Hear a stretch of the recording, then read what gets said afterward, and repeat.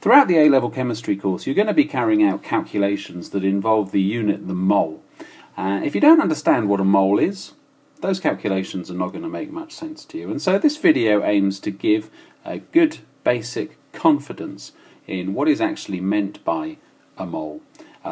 In the video, you'll see in general what's meant by a mole. You'll also get the technical definition of a mole, and you'll look at the idea of molar mass for different substances as well. Let's start by looking why we need this unit of the mole. Chemistry deals with stuff, with the substance of the world around us, and we're not just going to describe it and talk in general about its behaviour. We're going to end up measuring it and talking about specific quantities. So we need to be able to talk about the amount of stuff, the amount of substance.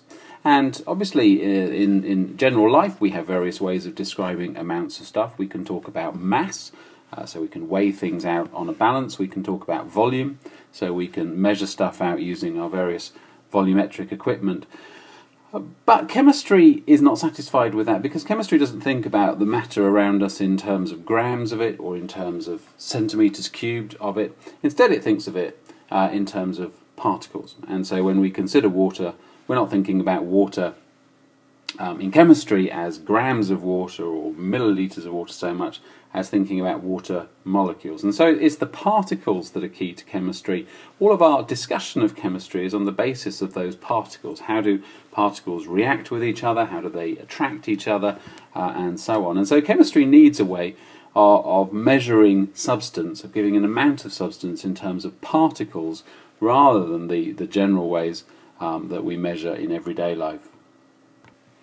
Our need as chemists to measure out matter in terms of the number of particles present gives us a very real problem. We can illustrate this problem with an example. Let's think about one little drop of water from a dropping pipette. Now if we were to weigh it, we'd find it would have a mass of about 0.05 grams, so a 20th of a gram. We're talking a very small amount of matter here in terms of mass, and yet if we were to count the water molecules present in it, we'd get roughly this number: 1,670 million molecules. Now, that's not the kind of number that it's going to be convenient to talk about, to write down, and so we really need some more convenient way of quantifying number of particles, and that's where the mole comes in. So, as chemists, we have the need to measure out, to quantify matter in terms of the number of particles present. But yet we have this problem that even small amounts of substance, we have huge numbers of particles, giving us numbers that are inconvenient to deal with. So our answer is to measure out using the unit of the mole. So what is the mole? Well, a mole, it turns out, actually is just a number. It's the number 6.02 times 10 to the 23. A very big number. If we were to write that out longhand, it would look like this. So we don't often write it out longhand for that reason. And it has a name. It's known as the Avogadro constant, after the Italian gentleman responsible for it. Now, if you think about it, there's really nothing that unusual about using a word to represent a number. For instance, we quite happily use the word 100 to represent the number 100. We use the word million to represent the number 100,000,000. So the mole, then, is just another word representing a number, represents the number 6.02 times 10 to the 23. It just doesn't get used in everyday life. It gets used in chemistry, but it doesn't have to just be a chemistry number. Technically, we could measure out anything in moles. For a fairly ridiculous example, we could measure out a mole of moles, as in the furry little creatures that live in tunnels under the ground and eat worms. So if we had a mole of moles, we would have 6.02 times 10 to the 23 of those little furry creatures. That would be a lot of moles. In fact, it would be so many moles that if they were on Earth, they would form a layer covering the entire Earth's surface to a depth of about 80 kilometres, killing us all. So if we want our mole of moles without dying, we could try putting them out in space. Some might consider that cruel, but just go with it. And if we did, we'd get an object about the size of the moon, a sort of mole planet, if you will. So the reason this word, the mole, doesn't get used in many contexts apart from chemistry. It's just that it's such a big number that it's really only in chemistry that the things we're talking about are small enough that this number of them, 6.02 times 10 to the 23, represents a useful quantity. Let's consider a bit more what we actually mean now when we say a mole of a particular substance. We've said the mole represents the number 6.02 times 10 to the 23. When we're referring to any specific substance, the best way of putting it is that a mole is 6.02 times 10 to the 23 formula units of that substance, where a formula unit is simply whatever atoms, particles, ions are present in the formula of the substance. We can show this clearly with a few examples. If you look at the picture, what you can see is 1 mole of a variety of different substances. And if we consider the copper, the formula of copper is just Cu. So 1 formula unit of copper is simply 1 copper atom. And so hence when we say 1 mole of copper, what we mean is 6.02 times 10 to the 23 copper atoms. Let's consider another substance, a slightly more complicated one, the compound sodium chloride. The formula is NaCl, and hopefully it doesn't come as a surprise to you if I say it's an ionic compound. So what that formula represents is 1 sodium ion, Na+, and 1 chloride ion, Cl-.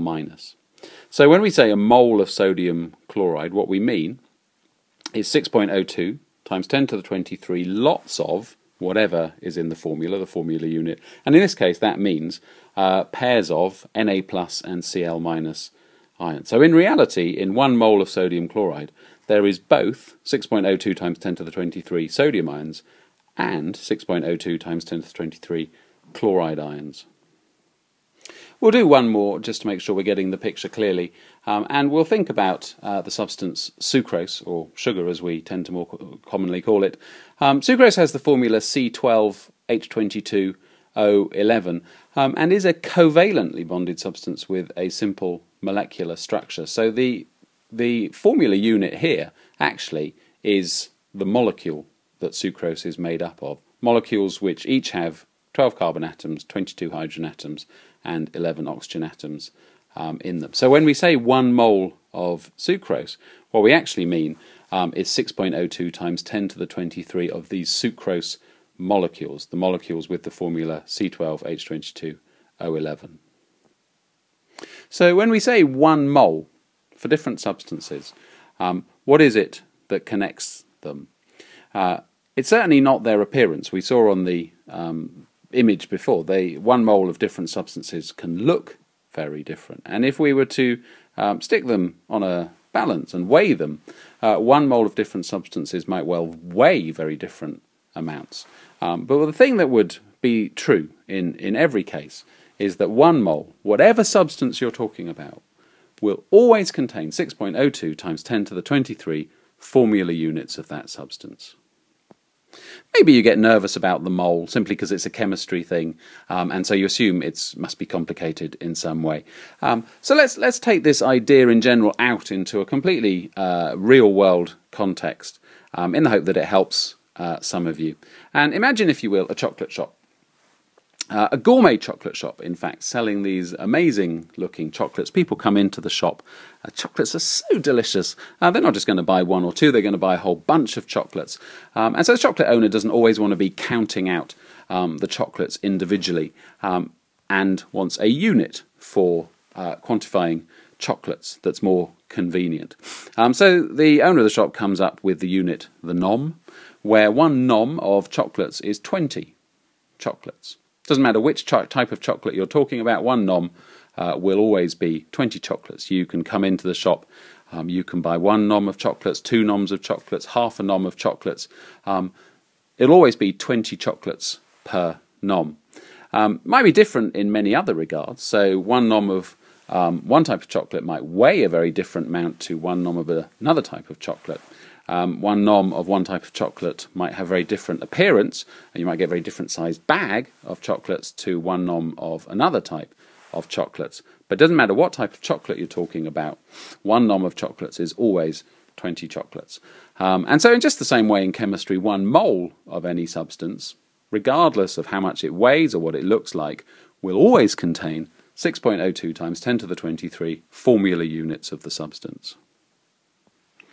You might well by now be thinking to yourself, well, that's fine, but why pick the number 6.02 times 10 to the 23? It's a bit obscure. Why not just round it up to 1 times 10 to the 24?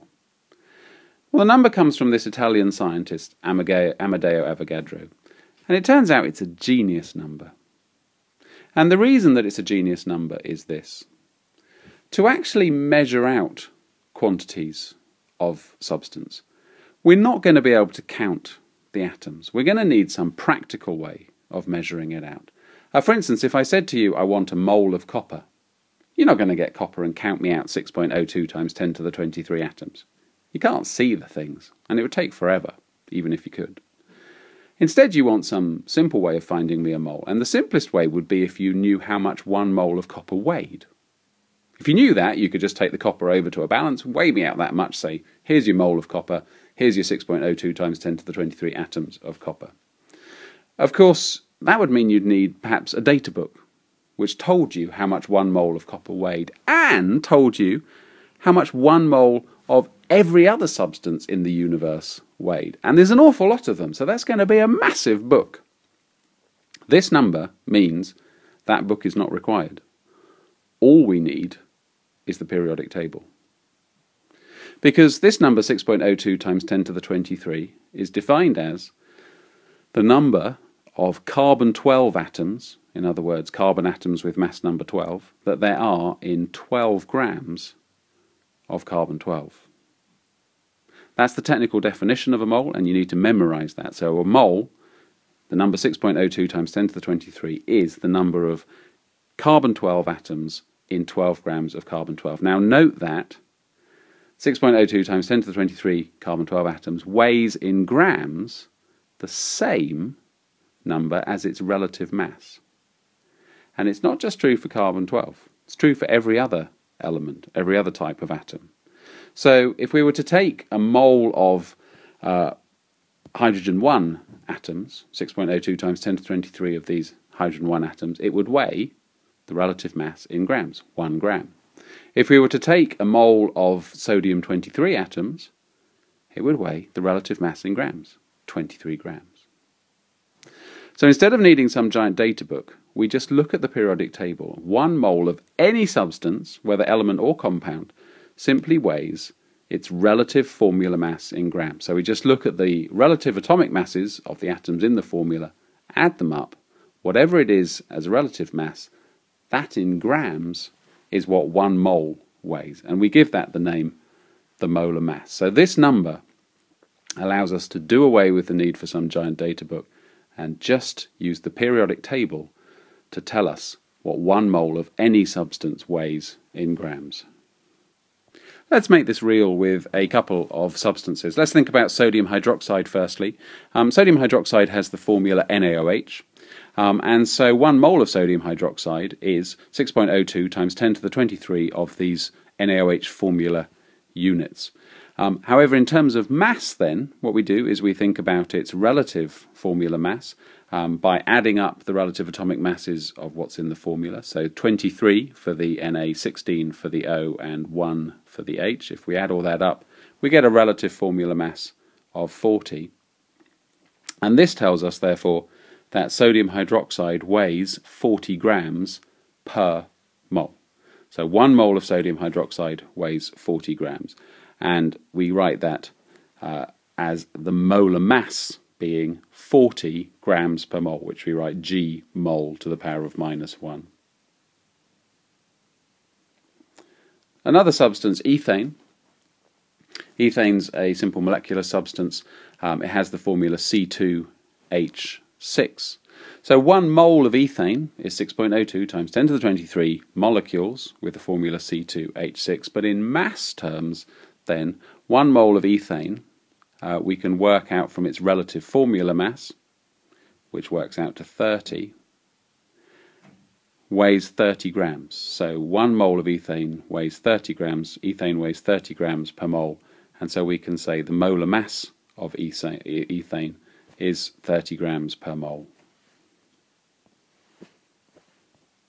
And just in case that's all starting to sound a bit abstract for your liking, let's go back to the chocolate shop. Always a pleasant experience. Remember, our chocolate shop owner had come up with this unit of measurement for chocolates of the nom, where 1 nom is always 20 chocolates. Now, if they want to sell their chocolates conveniently, then rather than counting them out individually, if they knew how much 1 nom of each type of chocolate weighed, they could simply use mass to sell their chocolates. So for these delicious looking champagne truffles, it turns out that 1 nom weighs 360 grams. So champagne truffles have a nomar mass of 360 grams per nom. So if somebody comes in and wants 2 noms of champagne truffles, the shop owner can just weigh out 2 lots of 360 grams, so 720 grams. If the person only wanted half a nom of champagne truffles, then the shop owner could just weigh out 180 grams. Moving on to chocolate Brazils, everybody's favourite, really, then 1 nom is still 20 chocolates, but it has a different nomar mass. Chocolate Brazils weigh 200 grams per nom, and so if somebody wanted 2 noms of chocolate Brazils, actually the shop owner could just weigh out 400 grams of chocolate Brazils, knowing that therefore there's 2 noms present, there's 40 chocolates present, half a nom of chocolate Brazils, just 100 grams to weigh out.